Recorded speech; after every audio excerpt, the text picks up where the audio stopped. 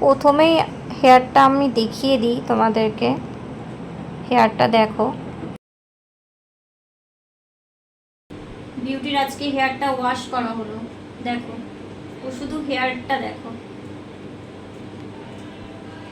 না কোনো আয়রন করা হয়েছে না কিছু। বিউটি, হেয়ারটা কি আয়রন করা হয়েছে? শুধু শ্যাম্পু করা হয়েছে এই হেয়ারে, শুধু শ্যাম্পু করা হয়েছে, মাস্ক লাগানো হয়েছে আর হেয়ার সিরাম লাগানো হয়েছে, তাতেই ওর হেয়ারটা দেখো কতটা হেয়ারে শাইন এসেছে। দেখে বুঝতে পারছো তোমরা?